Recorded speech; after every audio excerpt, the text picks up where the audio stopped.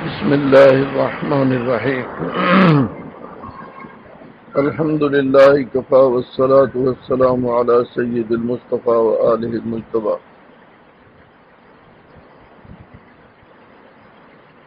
أما بعد فقد قال النبي صلى الله عليه وسلم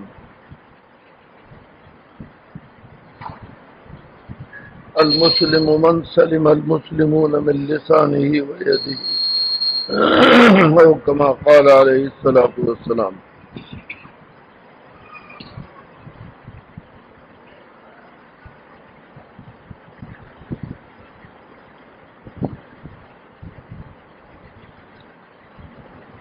حدیث مبارکہ میں نبی کریم صلی اللہ علیہ وسلم نے مسلمان کی تعریف بیان فرمائی.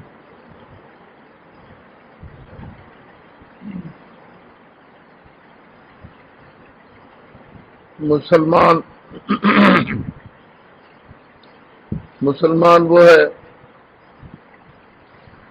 کہ جس کے ہاتھ اور زبان سے کسی کو کوئی تکلیف نہ پہنچے.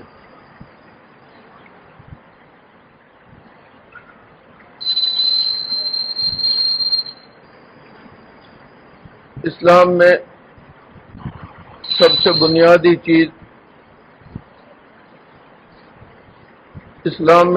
بنیادی چیز عقائد ہوتے ہیں. عقیدہ وہ چیز ہے جس پر اسلام کی بنیاد ہے. انسان کا ایمان مضبوط ہو تو وہ مسلمان ہے، اور ایمان ہی اگر کمزور ہو تو آدمی مسلمان نہیں ہے. اس لیے سب سے زیادہ محنت اسلام میں بنیادی عقائد کے اوپر ہے. عقیدے کی اصلاح انتہائی ضروری ہے، لیکن عقیدے کی اصلاح کے بعد اصل مقصود جس چیز کو مقصود بنایا گیا وہ انسان کے معاملات. عبادات انسان کا انفرادی معاملہ ہے. آدمی نماز پڑھتا ہے، روزے رکھتا ہے، حج کرتا ہے، زکوٰۃ دیتا ہے، یہ اس کا انفرادی معاملہ ہے. اللہ سے جتنا تعلق قوی ہوگا اتنی ہی عبادت زیادہ کرے گا.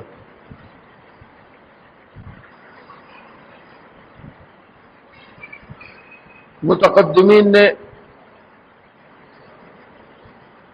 حضرات صحابہ رضوان اللہ علیہم اجمعین نبی کریم صلی اللہ علیہ وسلم کے پاس بیٹھنے کے بعد من جانب اللہ نے ان لوگوں کی زندگی کو بدل دیا. یہ رسول اللہ صلی اللہ علیہ وسلم کی صحبت کا اثر تھا. ان کی زندگی میں جو تبدیلی سب سے زیادہ آئی وہ ان کے معاملات تھے. معاملات کی اصلاح سب سے زیادہ جس بات پر نظر کی گئی وہ ان کے معاملات کی اصلاح کی. اسی لیے مسلمان کی تعریف میں یہ نہیں کہا گیا کہ جو نمازیں زیادہ پڑھتا ہو، روزے زیادہ رکھتا ہو، حج بہت زیادہ کرتا ہو، یا ذکر و اذکار بہت زیادہ کرتا ہو، یا مراقبات اور مجاہدات کے اندر بہت زیادہ مستعد ہو. ان چیزوں کو مسلمان کی تعریف میں بیان نہیں کیا. مسلمان کی تعریف میں جس چیز کو بنیاد بنایا گیا وہ یہ ہے کہ مسلمان سے کسی کو کوئی تکلیف نہ پہنچے۔ المسلم من سلم المسلمون من لسانہ و یدہ، مسلمان کے اعضاء اور جوارح سے کسی کو کوئی تکلیف نہ پہنچے، یہ بنیاد ہے۔ انسان کے معاملات اتنے صحیح ہوں اس کے کسی معاملے سے کسی کو کوئی تکلیف نہ پہنچے۔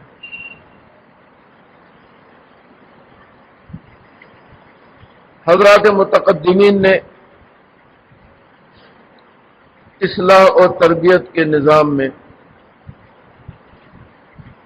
عقائد اور عبادات ان چیزوں کو بہت مؤثر سمجھا، اس لیے کہ اس زمانے میں خاص طور پر مسلمانوں کے معاملات خراب نہیں تھے۔ یہ نبی کریم صلی اللہ علیہ وسلم کی صحبت کا اثر تھا۔ آپ کی صحبت کی برکت سے مسلمانوں کے معاملات بہت صحیح۔ بعد میں کیونکہ حالات بدلتے گئے،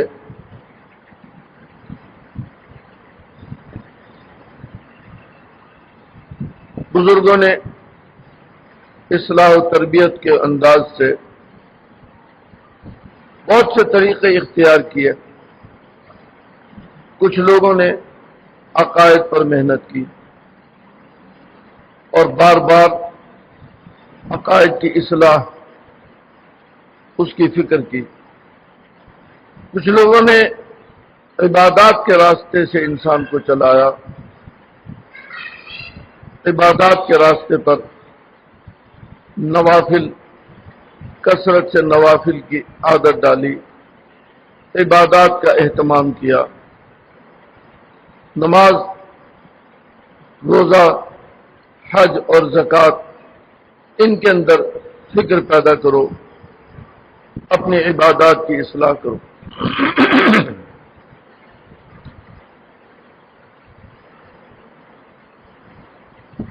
اس سلسلے میں ہمارے سامنے متقدمین کے بعض سلسلہ چشتیہ، سلسلہ قادریہ، سلسلہ نقشبندیہ، سلسلہ سہروردیہ، یہ ہمارے سامنے آئے۔ ان میں بعض حضرات نے اصلاح اور تربیت کا انداز یہ اختیار کیا کہ عبادات کی کثرت کرو۔ بعض نے عبادات کے ساتھ مجاہدات کو مؤثر قرار دیا اور مجاہدات کروائے، ریاضتیں اور مجاہدات، کثرت سے روزے رکھو، کثرت سے روزے رکھو۔ دوسری عبادات بعض نے مراقبے تجویز کیے، بعض نے ذکر و اذکار کو تجویز کیا، کثرت سے ذکر کرو۔ ذکر کے مختلف طریقے بیان کیے۔ یہ تمام طریقے نصوص میں نہیں ہیں، حدیث میں یہ طریقے بیان نہیں کیے گئے، قرآن پاک کے اندر یہ طریقے بیان نہیں کیے گئے۔ مثلا 12 تسبیح کا ذکر ہے، یہ طریقہ منسوخ نہیں ہے۔ 12 تسبیح کہ آپ 12 تسبیح پڑھیں یا 13 تسبیح پڑھیں، پھر اس پڑھنے کے لیے انداز، کیا انداز ہونا چاہیے، وہ طریقے تجویز کیے گئے۔ یہ سارے اجتہادی ہیں۔ یہ بزرگوں نے اپنے متعلقین اور اپنے مریدین کی اصلاح اور تربیت کے لیے یہ طریقے تجویز کیے ہیں۔ ان میں کوئی چیز بھی منسوخ نہیں ہے، حدیث سے یا قرآن پاک سے یہ طریقے ثابت نہیں ہیں۔ بعض نے مراقبات تجویز کیے، مجاہدات تجویز کیے، ساری رات کھڑے ہو کر عبادت کرو، سونا چھوڑ دو۔ سونا مضر ہے، ترک منام، ترک کلام، بات کرنا چھوڑ دو، کسی سے بات مت کرو۔ ترک طعام، کھانا پینا چھوڑ دو، بس ایک دو لقمے کھا لیے جس سے زندگی برقرار رہے، کتنی ہی نقاہت اور کمزوری ہو جائے، اس سے زیادہ غذا نہیں کھانی۔ دو لقمے کھا لیے بس زندگی کے لیے کافی۔ حتیٰ کہ بعض ایسے، میں ایک کتاب کے اندر پڑھ رہا تھا، اس میں ایک شیخ کا تذکرہ لکھا تو انہوں نے یہاں تک لکھ دیا جو بات سمجھ میں نہیں آئی، کھانا پینا چھوڑنے سے اگر کمزوری ہو جائے اور آدمی کھڑے ہو کر عبادت نہ کر سکے تو طاقت کے لیے کھانا پینا بڑھا دینا یہ جائز نہیں ہے، بلکہ بیٹھ کر عبادت کرنا اس کے لیے افضل ہے۔ یہاں تک شیخ تستری ایک بزرگ گزرے ہیں، انہوں نے اپنے مریدین کو یہ تجویز دی، کھانے پینے کی مقدار کم کر دو، چھوڑ دو، بس دو لقمے کھا لو، 24 گھنٹے میں اتنی غذا کھاؤ جس سے تمہاری زندگی برقرار رہے، اس سے نقاہت اور کمزوری ہوگی، کھڑے نہیں ہو سکو گے، کوئی بات نہیں، بیٹھ کر عبادت کر لو۔ ان کے نزدیک بیٹھ کر عبادت کرنا افضل ہے زیادہ کھانے پینے سے۔ یہ ایک مجاہدت۔ بعض حضرات نے ذکر و اذکار کو اتنی اہمیت دی کہ فرائض اور واجبات ان کے علاوہ نوافل نہ پڑھیں، تہجد نہ پڑھیں، چاشت، اشراق اور اوابین نہ پڑھیں، ذکر کا اہتمام کریں، ذکر میں لگے رہیں، سارا دن ذکر میں لگے رہیں۔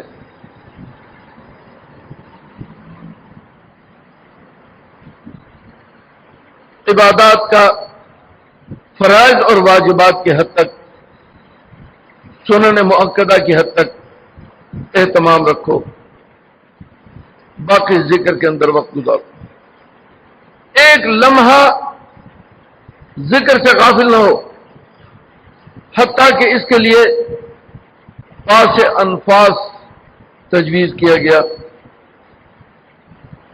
پاس انفاس کیا مطلب؟ سانس اندر جاتا ہے، باہر آتا ہے، سانس کی دو کیفیتیں ہیں، اندر جانا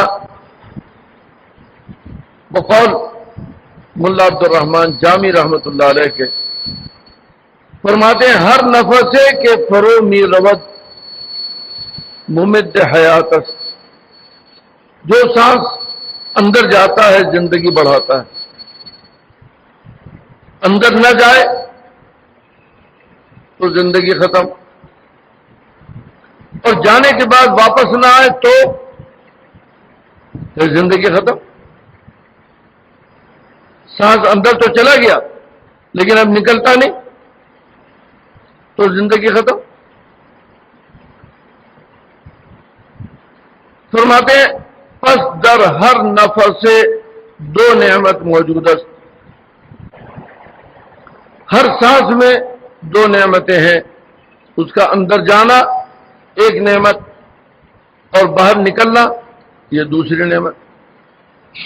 وہ پر ہر نعمت شکر واجب اور ہر نعمت پر شکر واجب ہے. لہذا ہر سانس پر 2 مرتبہ شکر واجب ہے. اب یہ کہ وہ ہر سانس پر 2 مرتبہ شکر کیسے واجب ہوگا اور کیسے اسے ادا کریں گے،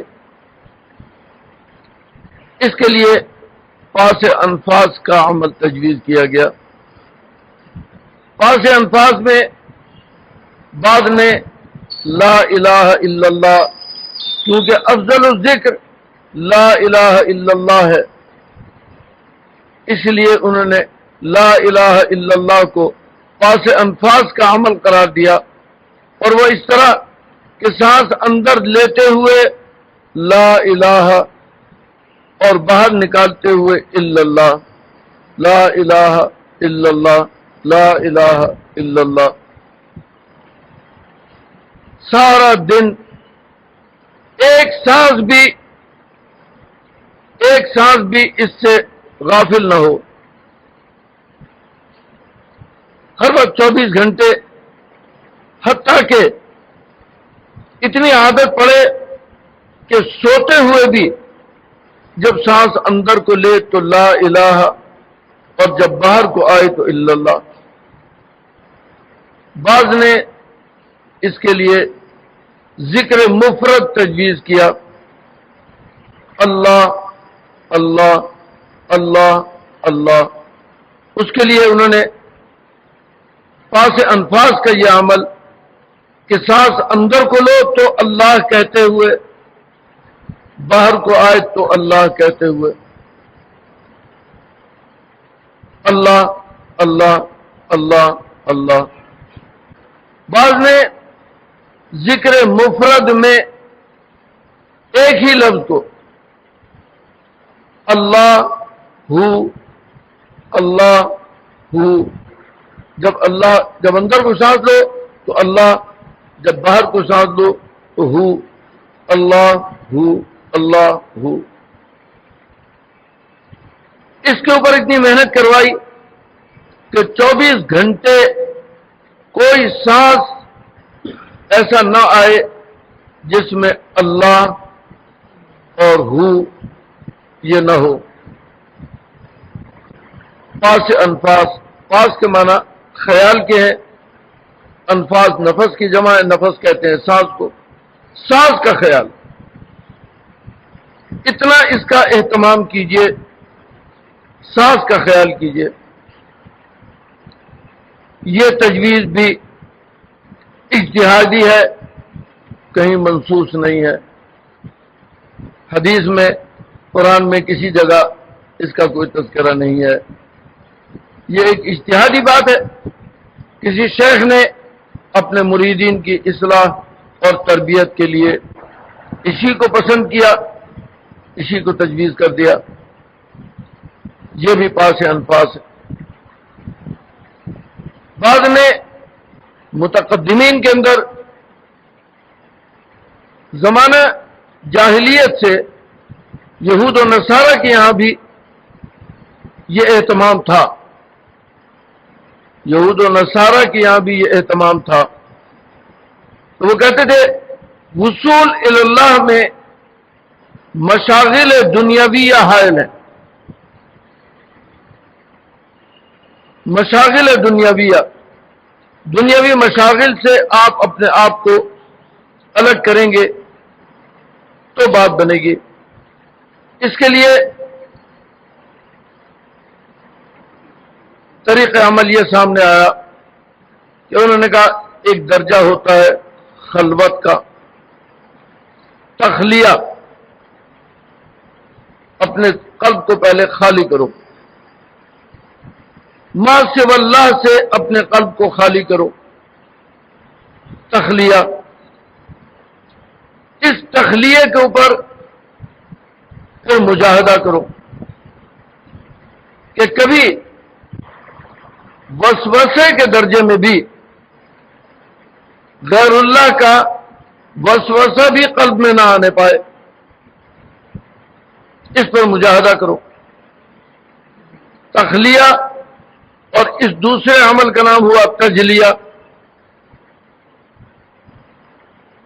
تخلیہ اور تجلیہ، ان کا اجتہاد یہ تھا کہ دیکھیے کلمے میں لا الہ مقدم ہے، الا اللہ بعد میں ہے۔ لا الہ کے معنی کیا ہے؟ کوئی معبود نہیں۔ آپ توحید کا اقرار کر رہے ہیں، آپ کا ایمان، آپ کا اسلام توحید پر مبنی ہے، تو یہ کیا لا الہ کوئی معبود نہیں، یہ تو توحید کے خلاف ہے۔ اس لیے انہوں نے کہا کہ اصل میں لا الہ تجلیہ ہے اور تخلیہ ہے۔ تخلیہ یعنی خالی کرنا، کوئی معبود نہیں، اس سے اپنے قلب کو خالی کر لو اور اس کے اوپر محنت کرو لا الہ پر، کہ کوئی تصور کسی معبود کا نہ آ سکے۔ اس کے بعد الا اللہ۔ الا اللہ کے معنی کیا ہے؟ سوائے اللہ کے، یہ توحید ہے۔ معلوم کہ پہلے تخلیہ ہوگا، تجلیہ ہوگا، اور اس کے بعد تحلیہ ہوگا۔ تحلیہ کے معنی مزین کرنا، زیور پہنانا، یہ تحلیہ ہے۔ انہوں نے پہلے لا الہ سے استنباط کیا کہ دیکھیے حدیث میں فرمایا جددوا ایمانکم بقول لا الہ الا اللہ، اپنے ایمان کی تجدید لا الہ الا اللہ سے کرو۔ تو اس میں پہلے لا الہ ہے، تو یہ لا الہ کیا چیز ہے؟ یہ تخلیہ اور تجلیہ ہے۔ اس پر محنت کرو، اس پر مجاہدہ کرو کہ کوئی معبود کا تصور ذہن میں نہ آ سکے، دماغ، قلب اور اعضاء اور جوارے اس سے بالکل خالی ہو جائیں۔ اس کے بعد کہو الا اللہ۔ اب جب الا اللہ کہو گے تو اس کی مثال ایسے ہے، تلے کے لیے برتن کو پہلے خالی کیا جاتا ہے، اس کے بعد اس کو مانجھا جاتا ہے، مانجھا جاتا ہے، اس کے بعد اس پر رنگ لگا کر اور پھر جو اسے کپڑا پھیرتے ہیں تو وہ سفید چمک جاتا ہے۔ کہتے ہیں بہن ہی اسی طرح اپنے قلب کو پہلے صاف کرو، باطل معبودوں کا تصور، کسی کے اختیارات کا تصور، کسی کے تصرفات کا تصور ذہن سے نکالو، بالکل خالی کرو، لا الہ کچھ نہیں ہے۔ جب بالکل خالی ہو جائے گا اس پر محنت کرو، مجاہدہ کرو کہ بھول کر بھی کبھی یہ خیال نہ آ سکے کہ معبود نام کی کوئی چیز ہے۔ اب اس کے بعد جب الا اللہ کہو گے، اللہ کی وحدانیت، اللہ کا تصور اب جب قلب میں آئے گا تو اس سے ایک نورانیت پیدا ہوگی۔ یہ تخلیہ، تجلیہ اور تحلیہ انہوں نے اس طرح تجویز کیا. لیکن پھر میں یہ کہوں گا کہ یہ کسی نص میں نہیں آتا. یہ بھی اجتہادی بات ہے. اجتہادی بات ہے. کسی شیخ نے اپنے مریدین کی تربیت اور اصلاح کے لیے یہ طریقہ تجویز کیا. اس طرف خواتین ہے ادھر نہ جائیں.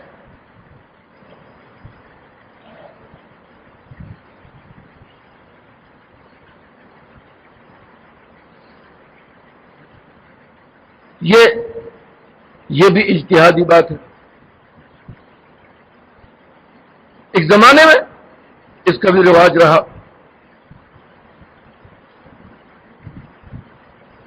اپنی جگہ اگر آپ غور کریں گے تو یہ بھی مفید ہے. جیسے لا الہ الا اللہ پاس انفاظ کا عمل ہے وہ بھی مفید ہے. جیسے اللہ اللہ پاس انفاظ کا عمل ہے وہ بھی مفید ہے. اللہ ہو یہ بھی پاس انفاظ کا عمل ہے یہ بھی مفید ہے. اسی طرح لا الہ الا اللہ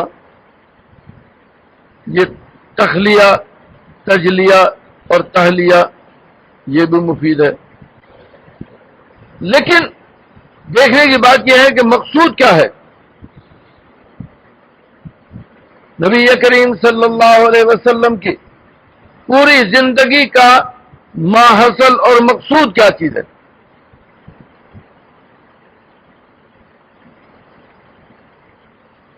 اس میں متقدمین کے اندر میں بات عرض کر رہا تھا.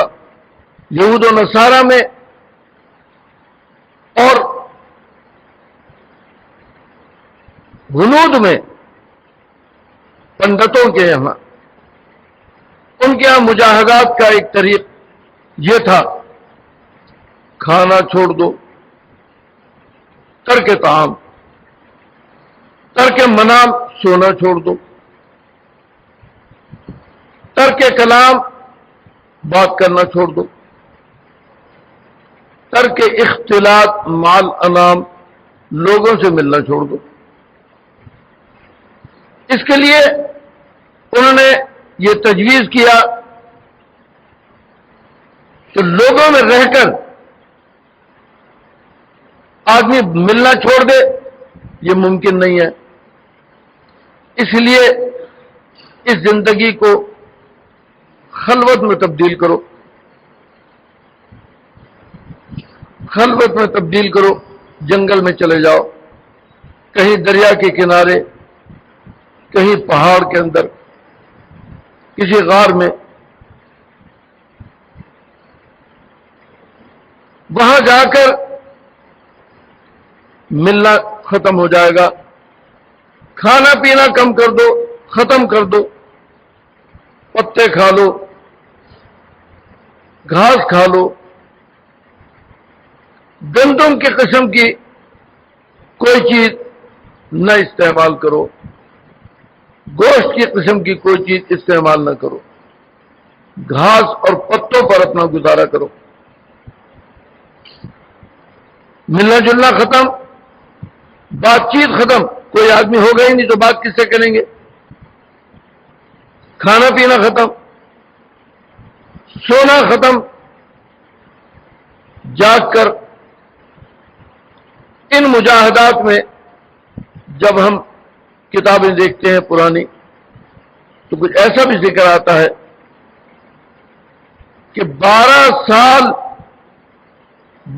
سال صرف کھڑے ہو کر اللہ کی عبادت میں گزار دیے. کھڑے ہو کر 12 سال ایک منٹ کے لیے سوئے نہیں اور عبادت کے اندر گزار دیے. یا اللہ. لیکن بھائی جب ہم نصوص کو دیکھتے ہیں حضرات صحابہ رضوان اللہ علیہ مجمعین سے ایسا کوئی مجاہدہ نبی کریم صلی اللہ علیہ وسلم نے نہیں لیا۔ قرآن پاک میں ایسا کوئی مجاہدہ نہیں ہے، حضور صلی اللہ علیہ وسلم کی تعلیمات کے اندر ایسا کوئی مجاہدہ نہیں ہے۔ ایسے بھی لوگ ملے، ان کا تذکرہ بھی سامنے آتا ہے۔ شاہ عبدالعزیز صاحب محدث دہلوی رحمۃ اللہ علیہ، ایک آدمی نے پوچھا اگر کوئی ابدال بتائیے، فرمایا کہ جاؤ دریائے جمنا کے کنارے ایک بزرگ بیٹھے ہوئے ہیں، وہ ابدال ہیں۔ یہ گئے، کھانا لے کر گئے، کھانا پیش کیا، کہا بھائی میں تو کھانا کھاتا نہیں، تم ایسا کرو دریا کے پرلے کنارے ایک صاحب بیٹھے ہوئے ہیں، انہیں کھانا کھلا دو۔ میں نے کہا میں کیسے جاؤں؟ دریا ہے، کوئی پل نہیں ہے، کوئی کشتی نہیں ہے۔ فرمایا دریا کے کنارے کھڑے ہو کر یہ کہنا کہ مجھے اس شخص نے بھیجا ہے جس نے زندگی بھر کھانا نہیں کھایا، تمہیں راستہ مل جائے گا۔ چنانچہ یہ گئے، دریا کے کنارے کھڑے ہو کر یہ بات کہی، پانی منجمد ہو گیا، جم گیا۔ یہ اس کے اوپر سے گزرے، پرلی طرف پہنچے تو وہاں جنگل بیابان میں ایک صاحب بیٹھے ہوئے، ان کے سامنے کھانا رکھا، انہوں نے ایک نوالا کھانے کا کھایا اور چھوڑ دیا، کہا لے جاؤ، انہیں جا کے کھلاؤ جنہوں نے بھیجا۔ انہوں نے کہا میں کیسے جاؤں؟ پانی پھر ٹھاٹھے مارتا ہوا پھر چل رہا ہے۔ فرمایا جا کے دریا کے کنارے پہ یہ کہنا مجھے اس شخص نے بھیجا ہے جس نے زندگی بھر کبھی کھانا نہیں کھایا۔ یہ اٹھے، دریا کے کنارے آ کر یہ بات کہی، پانی پھر منجمد ہو گیا، منجمد ہو گیا، یہ پانی کے اوپر سے چل کے ادھر آ گئے۔ ان کے سامنے کھانا رکھا، انہوں نے کھانا چاہا، ایک نوالا۔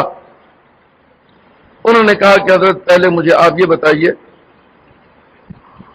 آپ کو میں نے کھاتے ہوئے نہیں دیکھا، لیکن ان کو تو میں کھانا کھلا کر آ رہا ہوں، اگرچہ ایک نوالا کھایا لیکن کھایا تو ہے۔ وہ یہ کہہ رہے ہیں کہ جا کے دریا سے کہو مجھے اس شخص نے بھیجا ہے جس نے زندگی بھر کھانا نہیں کھایا، پھر پانی رک رہا ہے، اس کی وجہ کیا؟ فرمایا کہ ایک نوالا کھانا نہیں ہے، یہ قوت لا یموت ہے، اتنا کھانا جس سے موت نہ آئے، قوت لا یموت، اس کو کھانا نہیں کہتے۔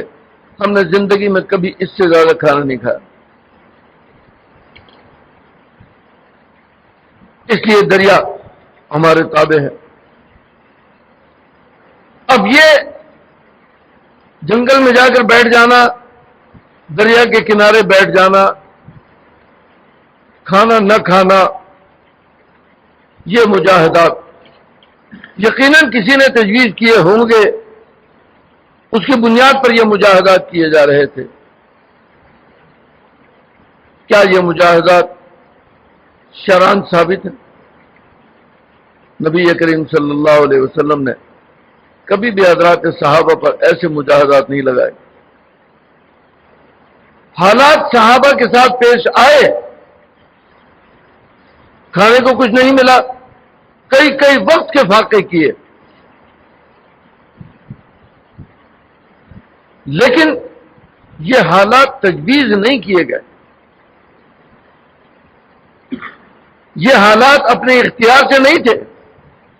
یہ نہیں تھا کہ کھانا موجود ہے انہوں نے نہیں کھایا، میسر آ رہا ہے انہوں نے نہیں کھایا، ایسا نہیں تھا، نہیں ملا انہوں نے فاقہ کر لیا۔ ایسے حالات آپ کے سامنے آئیں گے کہ حضرات صحابہ سفر میں جا رہے ہیں،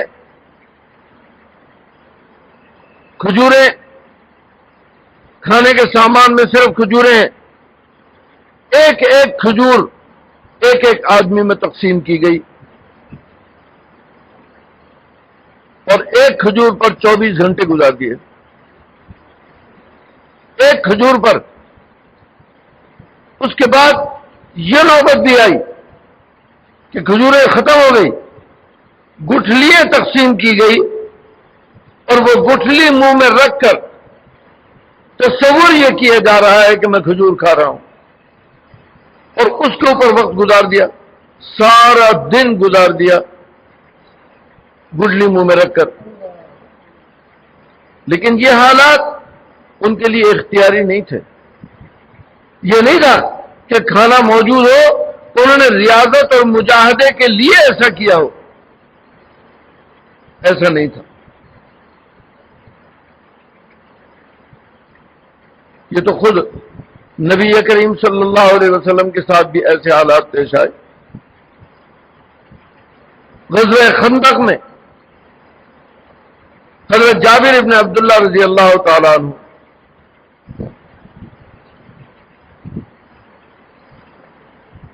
حضور کی خدمت میں حاضر ہوئے، عرض کیا کہ بھوک کے ہمارے برا حال ہے، میں اجازت چاہتا ہوں گھر جانے کی، اور یہ دکھلایا کہ میں نے ایک پتھر اپنے پیٹ پر رکھ کر اوپر سے پٹی باندھ لی۔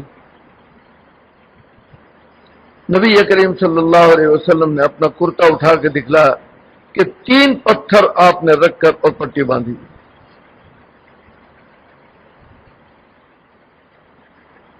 کیا مطلب تھا؟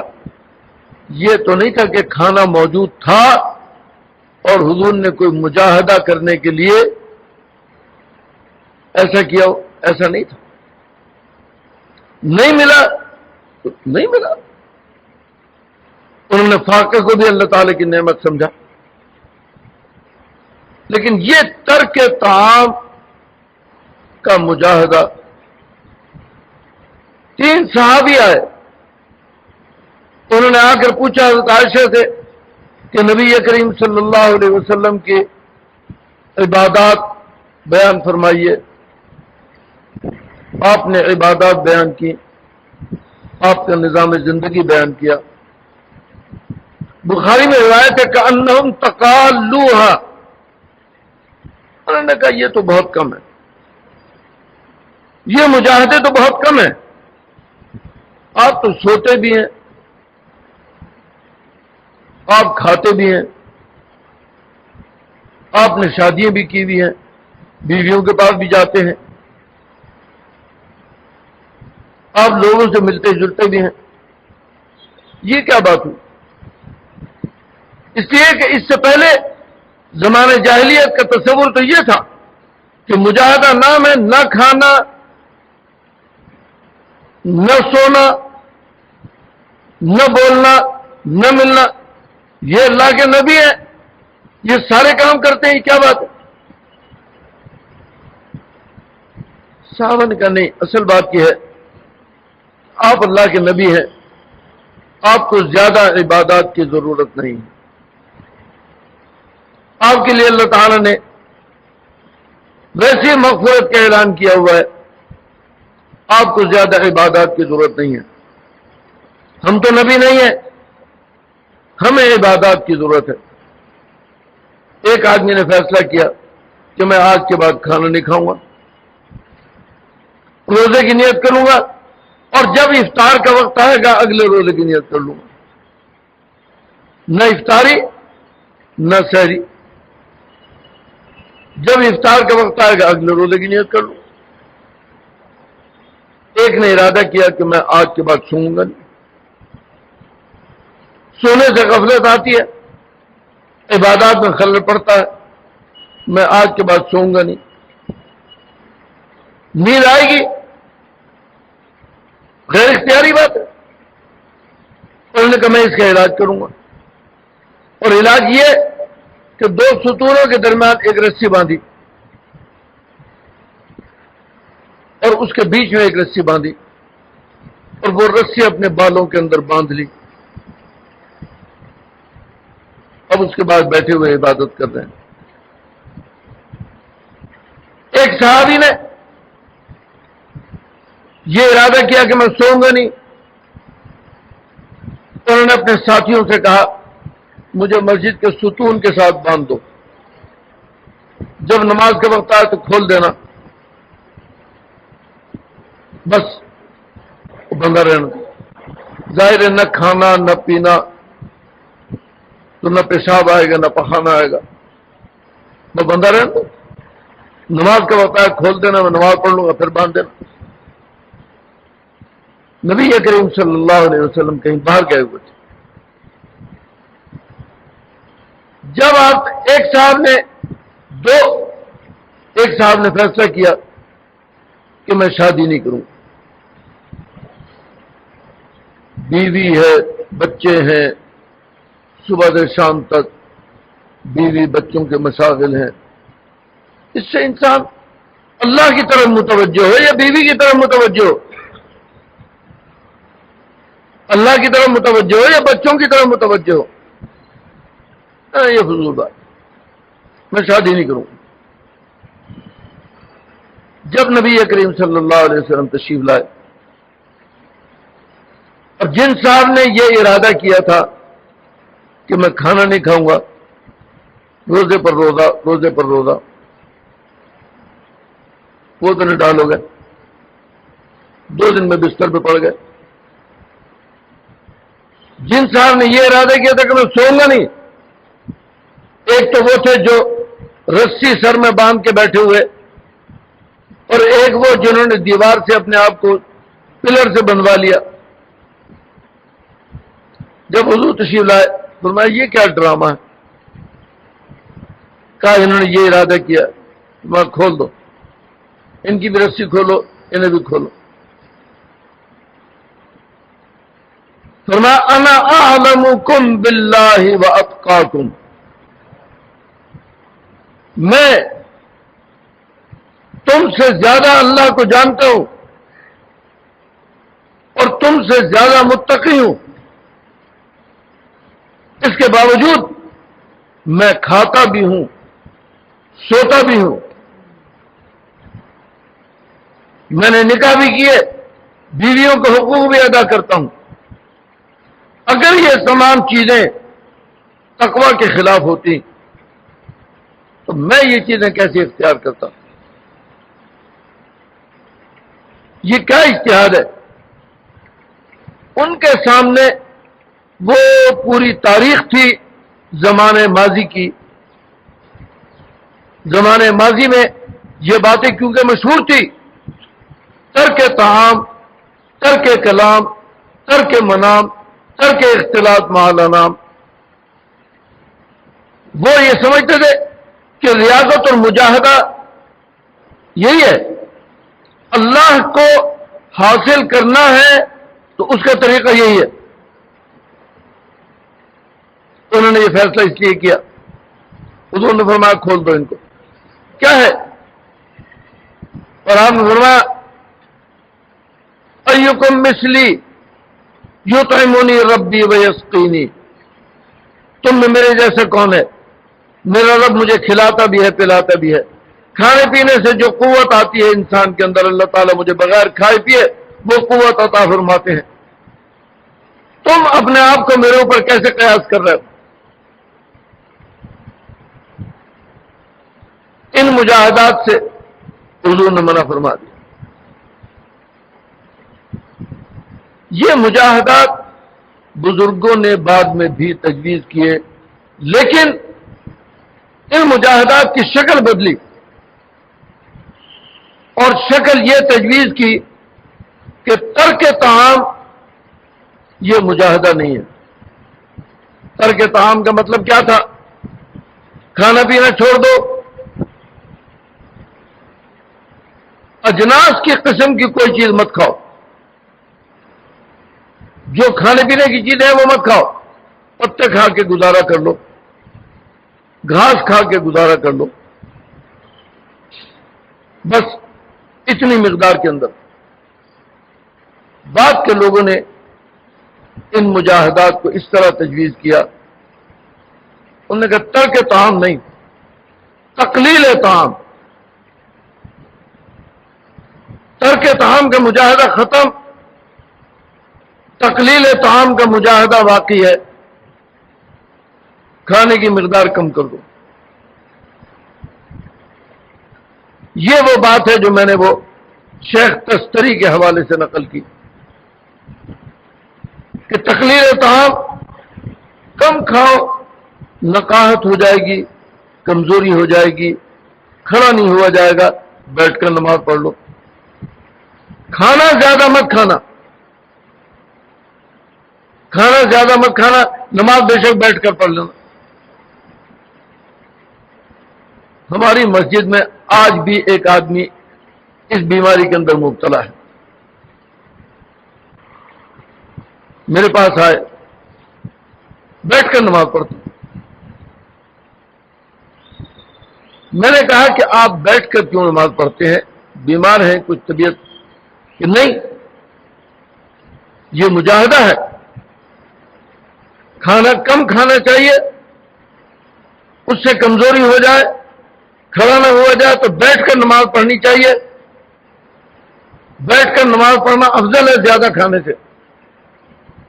میں نے کہا اللہ کے بندے، یہ کہاں لکھا ہے؟ وہ ایک کتاب لے کر آئے، کتاب لا کے انہوں نے دکھائی.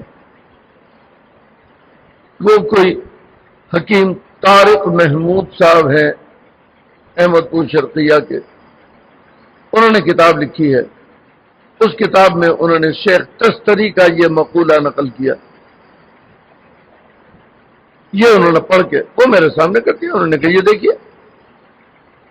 میں نے کہا اللہ کے بندے، یہ اگر بالفرض یہ بات صحیح ہے تو یہ ان کا ذاتی فعل ہے، ان کا حال ہے، جو آپ کے لیے حجت نہیں ہے. یہ ان کا اپنا حال ہے. اور میں نے کہا کہیں کسی نص میں نہیں آتا، کسی حدیث میں نہیں آتا، کسی قرآن پاک میں نہیں آتا. یہ آپ کیا کر رہے ہیں؟ لیکن وہ نہیں مانے اور اب بھی بیٹھ کر نماز پڑھتے ہیں، کھڑے ہو کر نماز نہیں پڑھتے. میں نے کہا آپ فرض کے تارک ہیں، نماز میں قیام فرض ہے، آپ فرض کے تارک ہیں.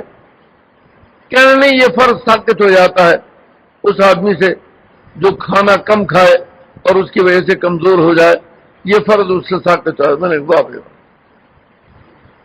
یہ بیماری آج بھی ہے. بہرحال میں عرض کر رہا تھا کہ بعد کے بعض صوفیہ نے ان مجاہدات کی شکل بدلی. انہوں نے کہا ترک طعام نہیں، تقلیل طعام، کھانا کم کھاؤ. ترک منام نہیں،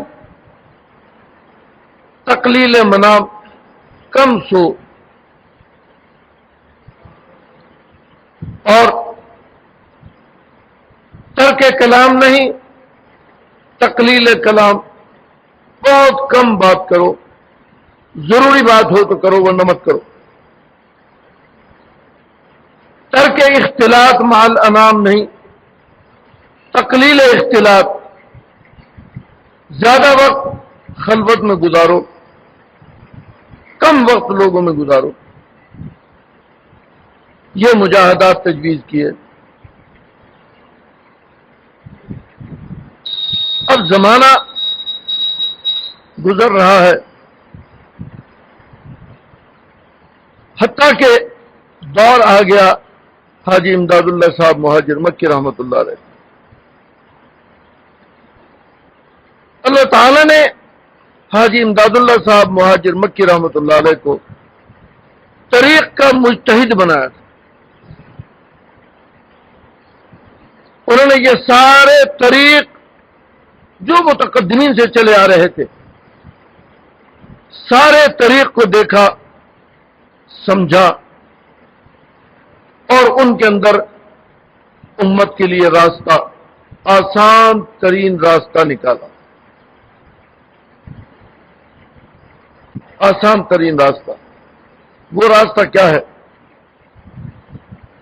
حاجی صاحب رحمۃ اللہ علیہ کے ارشادات کو حکیم الامت حضرت تھانوی رحمۃ اللہ علیہ نے اپنے الفاظ میں بیان کیا.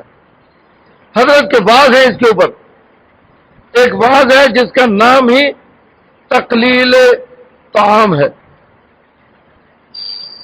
ایک واعظ کا نام ہے تقلیل الکلام. ایک واعظ کا نام ہے تقلیل المنام. ایک واعظ کا نام ہے تقلیل الاختلاط مع الانام. 4 واعظ حضرت کے ایک ہی آیت کے اوپر ہیں. یہ 4 واعظ حضرت نے فرمائے. حضرت نے فرمایا کہ حاجی صاحب رحمۃ اللہ علیہ نے امت کے حالات کو دیکھ کر ان مجاہدات پر پابندی لگا دی. قطعاً یہ مجاہدات نہیں ہے. تقلیل طعام کی شکل اللہ تعالی نے رمضان المبارک عطا فرما دی. رمضان آ رہا ہے. تقلیل طعام کا مطلب یہ ہے کہ آپ اپنے نظام طعام کو اللہ تعالی کے مقرر کردہ نظام کے مطابق تبدیل کر دیجئے. کھانے کی مقدار سحری میں کھائیے اور افطار میں کھائیے. دن بھر نہ کھائیے. تقلیل طعام کا مجاہدہ اسی سے حاصل ہو جائے گا. ترک طعام کا مجاہدہ تو پہلے ختم ہو گیا. تقلیل طعام کا مجاہدہ رمضان المبارک میں روزہ رکھنے سے آپ کو حاصل ہو جائے گا. تقلیل کلام رمضان المبارک میں آپ زیادہ وقت تلاوت کے اندر گزاریے. اللہ سے باتیں کیجیے. انسانوں سے باتیں نہ کیجیے، کم کیجیے. اللہ سے باتیں کیجیے. سارا دن بولیے. سارا دن بھائی یہ بھی تو بولنا ہے نہیں. الحمدللہ رب العالمین الرحمن الرحیم مالک یوم الدین ایاک نعبد و ایاک نستعین. آدمی بول رہا ہے نہیں، کلام تو کر رہا ہے. تقلیل کلام کا مجاہدہ اگر چاہتے ہو رمضان المبارک کے اندر زیادہ وقت تلاوت قرآن پاک کے اندر گزارو. تقلیل کلام کا مجاہدہ اس سے حاصل ہو جائے گا. تقلیل منام کا مجاہدہ کم سونا. کم سونے کا مجاہدہ. تو میں رمضان المبارک کے اندر عشاء کے بعد، عشاء کے فرضوں کے بعد 20 رکعت تراویح پڑھ لو. دیر تک جاگنا ہو جائے گا اور اس کے بعد سحری میں اٹھ جاؤ. اللہ تعالیٰ توفیق عطا فرمائے. سحری میں تہجد کے نفلیں پڑھ لو. اس کے بعد سحری کھا لو. تقلیل منام کم سونے کا مجاہدہ بس یہ حاصل ہو جائے گا. تقلیل کا مطلب کم کرنا ہے. کم کرنے کا مطلب یہ نہیں ہے کہ بالکل سونا چھوڑ دو. تقلیل منام بس رات کو ذرا دیر تک جاگ لیے، تراویح پڑھ لی، اس کے بعد سحری میں اٹھ گئے، تہجد کی نماز پڑھ لی اور سحری کھا لی. تقلیل منام کا مجاہدہ حاصل ہو گیا. تقلیل کلام کا مجاہدہ حاصل ہو گیا. تقلیل منام کا مجاہدہ حاصل ہو گیا. تقلیل کلام کا مجاہدہ حاصل ہو گیا. اور تقلیل اختلاط مع الانام، لوگوں سے کم ملنا. جب روزہ رکھیں گے اس سے نقاہت ہوگی، کمزوری ہوگی، بات کرنے کو دل نہیں چاہے گا، کسی سے ملنے کے لیے بھی دل نہیں چاہے گا. خود بخود رمضان المبارک کے اندر تقلیل اختلاط مع الانام کا مجاہدہ خود بخود حاصل ہو جائے گا. چاروں مجاہدے رمضان المبارک میں اللہ تعالی عطا فرما دیتے ہیں. رمضان کا مہینہ مجاہدات کی تکمیل کا مہینہ ہے. یہ وہ مجاہدات ہیں. اس کے بعد حکیم الامت حضرت تھانوی نور اللہ مرقدہ، اب آخر میں وقت کم رہ گیا لیکن میں بات مختصر عرض کر دوں. اس کے بعد اللہ تعالی نے حکیم الامت حضرت تھانوی رحمۃ اللہ علیہ کو مجدد قرار دیا سلوک و تصوف اور تربیت کا. حضرت نے ان تمام مجاہدات جو شروع سے چلے آ رہے ہیں، جن کا میں ذکر کر رہا ہوں، ان تمام مجاہدات کا حاصل یہ قرار دیا کہ اپنے قلب میں ایک فکر پیدا کرو. قلب میں فکر پیدا کرو. فرمایا کہ میں بہت عرصے سے یہ سوچتا تھا کہ تقویٰ کیا چیز ہے. انسان کے اعضاء اور جوارح سر سے لے کر پیر تک یہ اللہ کی نعمتیں بھی ہیں اور اللہ کی امانتیں بھی ہیں. دماغ، آنکھیں، کان، ناک، زبان، دل، ہاتھ، پیر، یہ سب اللہ کی نعمتیں بھی ہیں اور اللہ کی امانتیں بھی ہیں. اور امانت کا حکم یہ ہے کہ امانت میں خیانت کرنا جائز نہیں ہے. امانت رکھوانے والے نے اس امانت کو جتنا استعمال کی اجازت دی ہے اتنا آپ استعمال کر سکتے ہیں، اس سے زیادہ نہیں کر سکتے. جتنی اجازت دی ہے. اس لیے انسان اس بات کا پابند ہے کہ سر سے لے کر پیر تک یہ اعضاء اور جوارح اللہ کی امانت ہے. اللہ نے ان امانتوں کو جہاں استعمال کرنے کی اجازت دی ہے وہیں استعمال کرنا ہے، اس سے زیادہ نہیں کرنا. دماغ، کہاں تک سوچنے کی اجازت ہے؟ آنکھوں سے کہاں تک دیکھنے کی اجازت ہے؟ کانوں سے کیا کیا سننے کی اجازت ہے؟ زبان سے کیا کیا بولنے کی اجازت ہے؟ ہاتھوں کو کہاں استعمال کرنے کی اجازت ہے؟ کہاں منع کیا؟ اس میں اوامر بھی ہے اور نواہی بھی. سارے وجود میں اوامر اور نواہی. دماغ میں یہ سوچو، یہ نہ سوچو. اوامر بھی ہے، نواہی بھی ہے. آنکھوں سے یہاں تک دیکھنے کی اجازت ہے، یہ دیکھنے کی اجازت نہیں ہے. اوامر بھی ہے، نواہی بھی ہے. کان سے یہ سننے کی اجازت ہے، یہ سننے کی اجازت نہیں ہے. غیبت، جھوٹ سننے کی بھی اجازت نہیں ہے،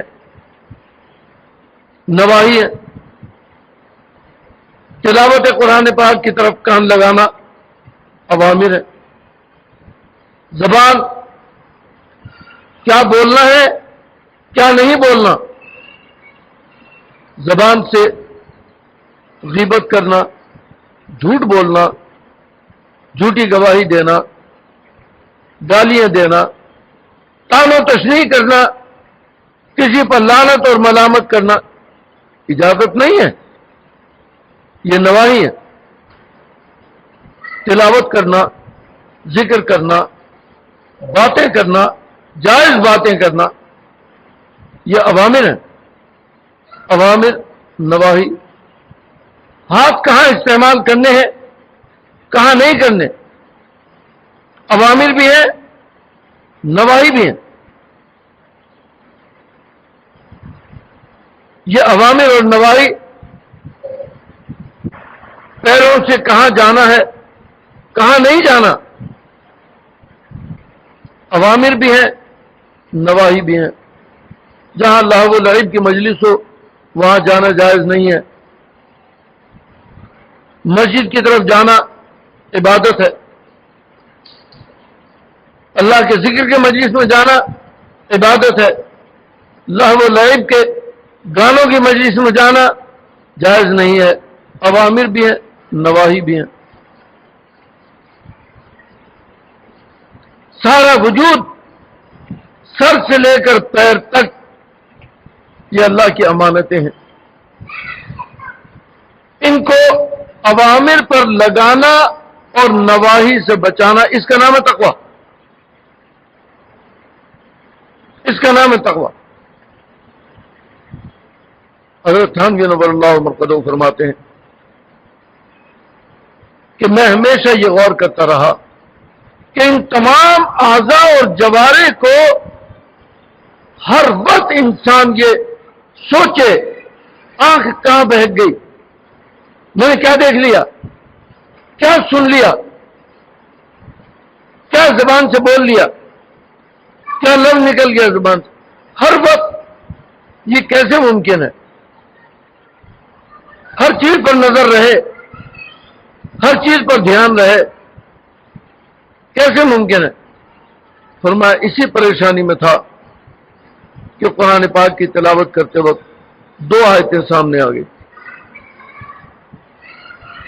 سورہ واللیل کی آیتیں، فَأَمَّا مَنْ أَعْطَىٰ وَاتَّقَىٰ وَصَدَّقَ بِالْحُسْنَىٰ وَأَمَّا مَنْ بَخِلَ وَاسْتَغْنَىٰ وَكَذَّبَ بِالْحُسْنَىٰ.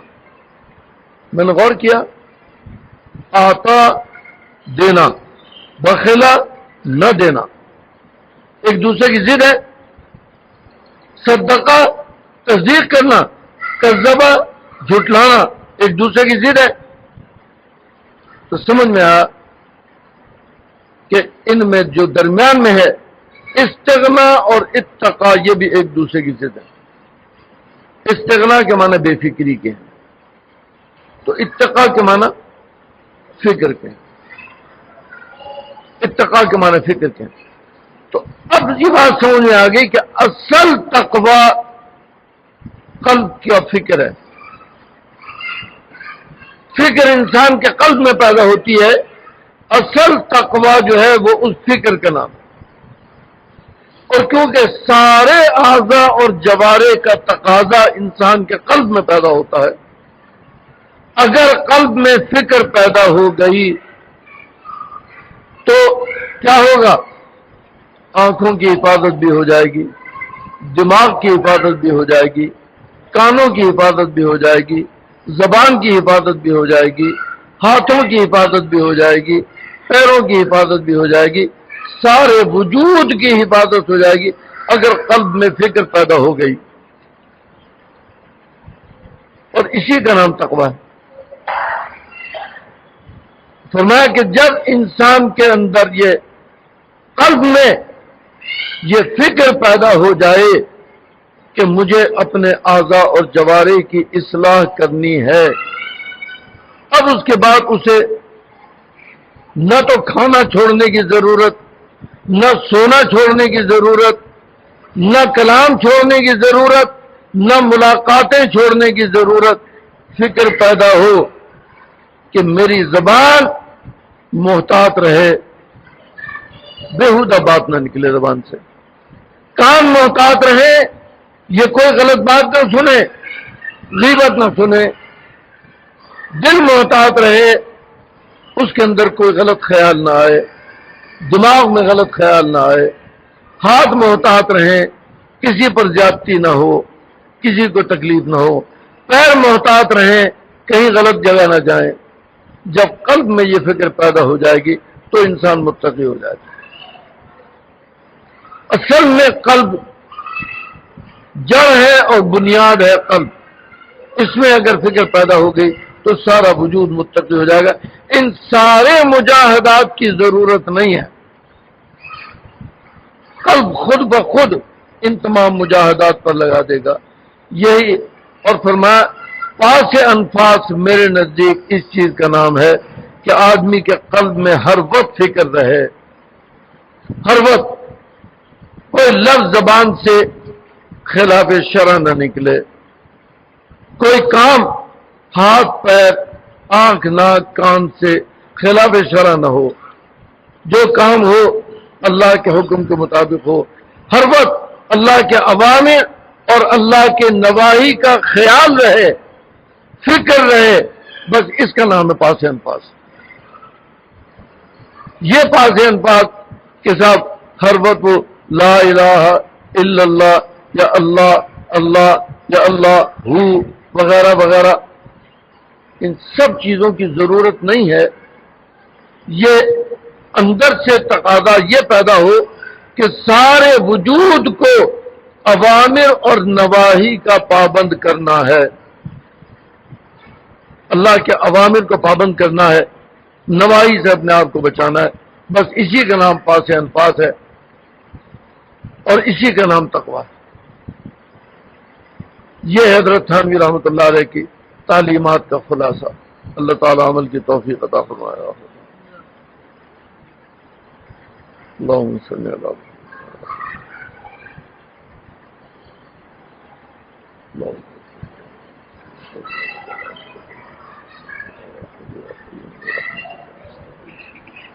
اصلح لنا شأننا كله ولا تكلنا إلى أنفسنا۔ صلی اللہ تعالی علی خیر خلقہ محمد وآلہ وأصحابہ اجمعین برحمتک یا